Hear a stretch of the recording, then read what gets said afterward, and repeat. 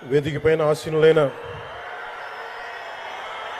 మనందరికీ స్ఫూర్తిదాయకమైన నాయకులు, మన గౌరవ ప్రియతమ భారత ప్రధాని నరేంద్ర మోదీ గారికి 5 కోట్ల ప్రజల తరపున, మనందరి తరపున వారికి మనస్ఫూర్తిగా హృదయ నమస్కారాలు తెలియజేసుకుంటూ స్వాగతం పలుకుతున్నాం. వేదిక పైన ఆసీనులైన గౌరవ రాష్ట్ర గవర్నర్ గారికి, అబ్దుల్ నజీర్ గారికి నా హృదయపూర్వక నమస్కారాలు. రాష్ట్రాన్ని ఒక తరం కాదు, ఒక ఎన్నికలు కాదు, 5 సంవత్సరాలు కాదు, ఒక తరం కోసం ఆలోచించే నాయకులు శ్రీ గౌరవ ముఖ్యమంత్రి శ్రీ నారా చంద్రబాబు నాయుడు గారికి హృదయపూర్వక నమస్కారాలు. అలాగే వారి తండ్రి అడుగుజాడల్లో సమర్థవంతంగా తనకిచ్చిన అన్ని శాఖల్ని సమర్థవంతంగా నిర్వహిస్తున్న యువ నాయకులు లోకేష్ గారికి నా హృదయపూర్వక నమస్కారాలు. వేదిక పైన ఆసీనులైన కేంద్ర మంత్రివర్యులందరికీ, సహచర మంత్రివర్గ సభ్యులకి, ఇక్కడికి విచ్చేసిన శాసనసభ్యులందరికీ పేరు పేరు నా హృదయపూర్వక నమస్కారాలు. ఇక్కడికి విచ్చేసిన జనసేన నాయకులకి, తెలుగుదేశం నాయకులకి, భారతీయ జనతా పార్టీ నాయకులకి, ప్రతి ఒక్కరికి పేరు పేరున నా హృదయపూర్వక నమస్కారం. మనకి ప్రధానమంత్రి గారిని ఒకటే ఒక పదంతో పిలుస్తాం, కర్మయోగి.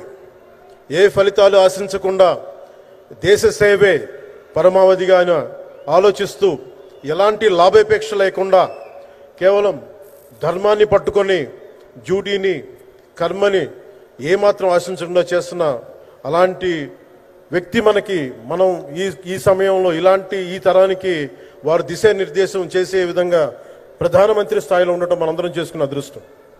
One who performs duty with truth, righteousness and discipline without attachment to results and dedicates action to the protection of the motherland attains eternal glory. The statement perfectly describes Honorable Prime Minister Shri Narendra Modi ji. Our Honorable Prime Minister Shri Narendra Modi ji is not just leading a government. ఆయన ప్రభుత్వాన్ని ఒకటే నడపట్లేదు, 2 తరాల్ని నడుపుతూ ఒక alpha రాబోయే ఇప్పుడు పుట్టిన బిడ్డలకి దిశానిర్దేశం చేస్తున్నారు. అలాంటి మన ఆత్మనిర్భర్ భారత్ ఎవరి మీద ఆధారపడకుండా దేశం తలెత్తి చూసేలాగా మేము సేవకులం కాదు, మేము భాగస్వామ్యం వహిస్తాం. మేము దేశానికి, ప్రపంచానికి దిశానిర్దేశం చేస్తాం. భారత్ అగ్రగామి, అంతేగాని కూర్చోబెట్టి చేతులు మడుచుకొని మేము భయపడతా ఉండే దేశం కాదు. తలెత్తుకొని పొగరగా, ఒక దేశపు జెండా ఎంత పొగరుగా ఉంటుందో అంత పొగరుతోటి భారతదేశాన్ని ప్రపంచ పటంలో నిలబెట్టిన మోదీ గారు మనకి ఈ రోజున ఈ కార్యక్రమానికి విచ్చేసి, ప్రత్యేకించి మొన్న గూగుల్ వచ్చింది, అలాగే ఈ రోజున ముఖ్యంగా దాదాపు 13,000 కోట్ల పైచిలుకుతోటి ఈ రోజున మనకి పెట్టుబడులు వస్తూ ఉన్నాయి. దాంట్లో ప్రత్యేకించి ఉరవకంలో 4,000 కోట్ల రూపాయలు పెట్టుబడి మనకి. ప్రత్యేకించి ఈ రోజున మనకి జిఎస్టీ పన్నులు ఎప్పుడు పెరగడమే తప్ప ఇప్పుడు తగ్గవు. అలాంటి పన్నుల భారాన్ని మనకి మోదీ గారు వచ్చాక దాదాపు ప్రతి కుటుంబానికి సంవత్సరానికి, ఇందాక సోదరు లోకేష్ గారు చెప్పినట్టుగా, ఒక 20,000 రూపాయలు ఆదా చేసుకునే అవకాశం కలుగుతుంది. ఇది జిఎస్టీలో విద్య కానీ వైద్యం ఖర్చులకు భారం నుంచి సామాన్యులకు ఉపశమనం కలిగిస్తుంది. ఆరోగ్య బీమా, జీవిత బీమాపై జిఎస్టీ పూర్తిగా తొలగించడంతో పాటు వార్షిక ప్రీమియం 3,000 నుంచి 4,000కు తగ్గి అందరికీ ఇది అందుబాటులో ఉంటుంది. అలాగే విద్యార్థులకు కావచ్చు, ఇలాంటి ప్రతి ఒక్కరికి కూడా అన్ని రంగాల వాళ్ళకి ప్రత్యేకించి మనకి జిఎస్టీ వల్ల లాభాలని అందరికి అందించేలా ముందుకు తీసుకెళ్తే ప్రతి ఒక్కరికి, గౌరవ ప్రధానమంత్రి గారికి, దీనికి సహకరించిన గౌరవ ముఖ్యమంత్రి శ్రీ నారా చంద్రబాబు నాయుడు గారికి, ప్రతి ఒక్కరికి నా హృదయపూర్వక ధన్యవాదాలు తెలుపుకుంటూ,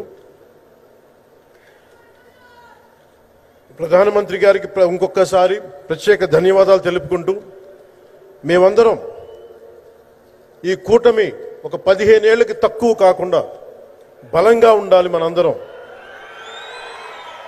ఎంత బలంగా ఉండాలి అంటే, ఇంక ఇది తప్ప ఇంకెవరికి ఏది రాదు.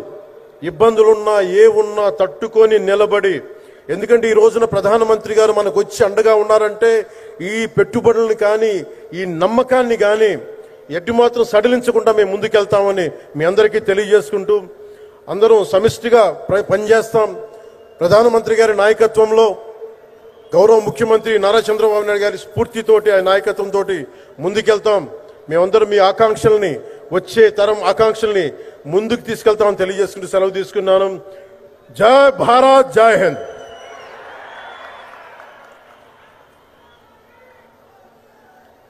అనేక ధన్యవాదాలు సార్. ప్రజాసేవే పరమోన్నత ధర్మమని నమ్మి ఆ మార్గంలో నిబద్ధతతో గౌరవ నరేంద్ర మోదీ గారి నాయకత్వంలో అభివృద్ధే పరమావధిగా పనిచేస్తున్న గౌరవ కేంద్ర మంత్రివర్యులు శ్రీ భూపతిరాజు శ్రీనివాస వర్మ గారిని మాట్లాడవలసిందిగా ప్రార్థన.